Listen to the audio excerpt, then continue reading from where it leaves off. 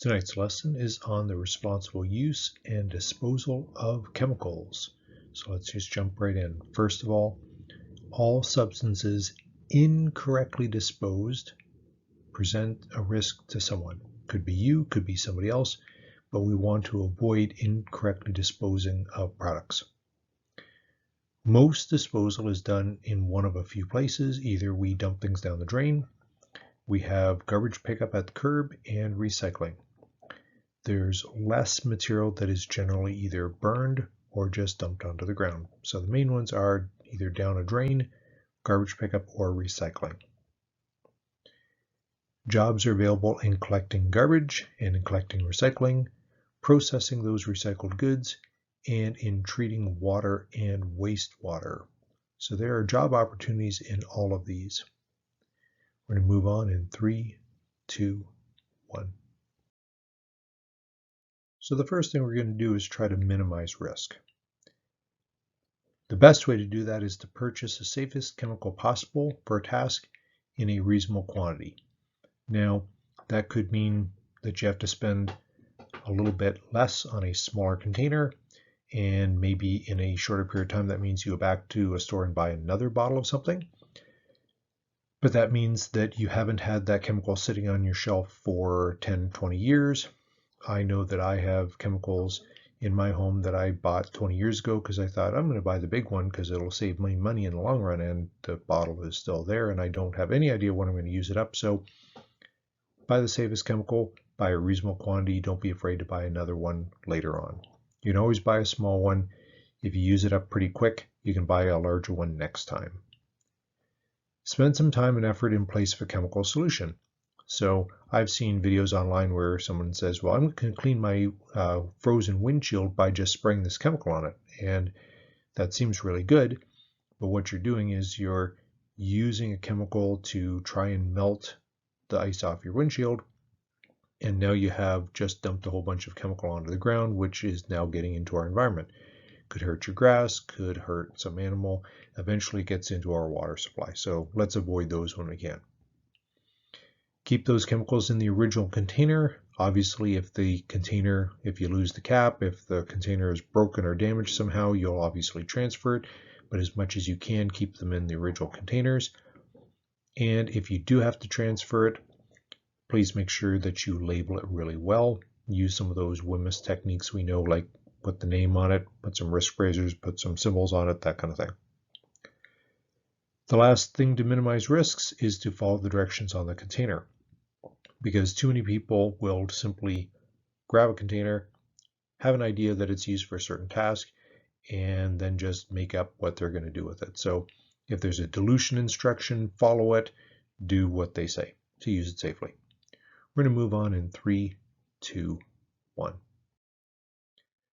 Avoid accidental release.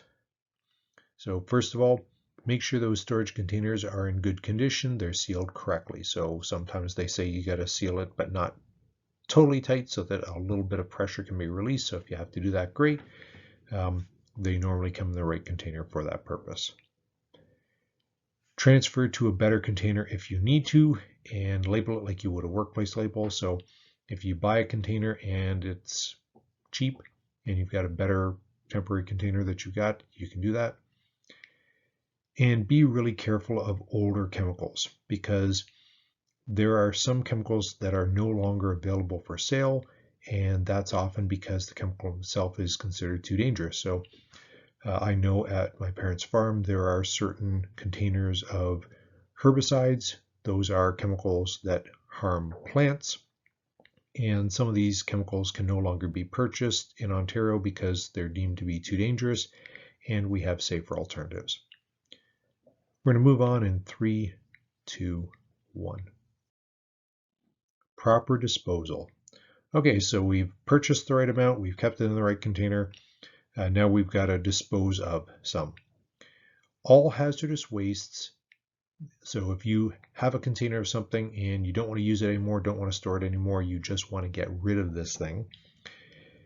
And this goes for things like used motor oil as well, so sometimes it's stuff you've used.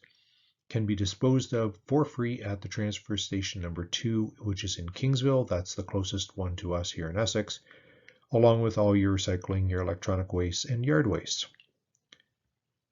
If possible, bring it in the original containers. They really like to see the original container to know that that's really what it is. You can bring things like mini propane tanks, used up batteries. Unused paint can be dropped off. They'll recycle that and use it to make generic paint. And last point, I believe, yes, used odor oil can be picked up with recycling. There is a fairly small reservoir on those trucks. So if you put it out 1 week and they don't take it, don't panic. They might have just had their container full and you might have to put it out the next time they come around.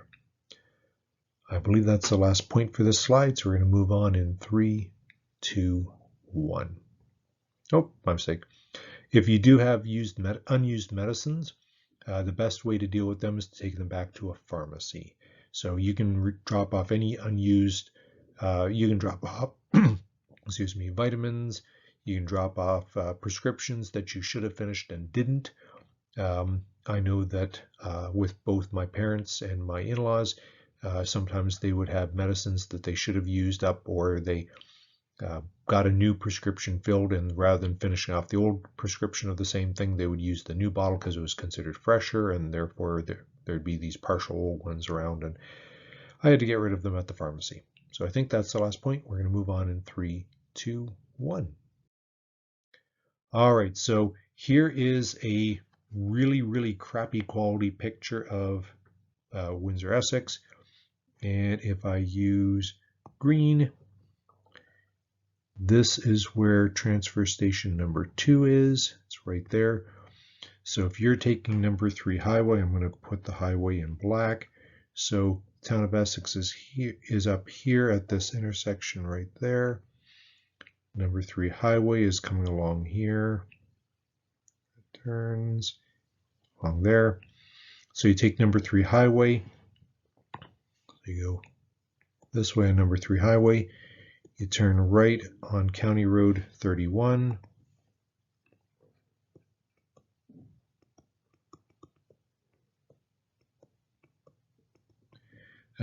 People like me refer to it as the Abuna Town Line. And you go south, you go past the 3rd concession, you go through the roundabout, keep going south a little bit, and you'll eventually get to a right turn into transfer station number 2. In addition to that, you can drop off yard waste there. So if you've got all those bags of stuff and you just want to drop it off, you can take them in the same trip. And that's the video on disposal. Thanks for watching.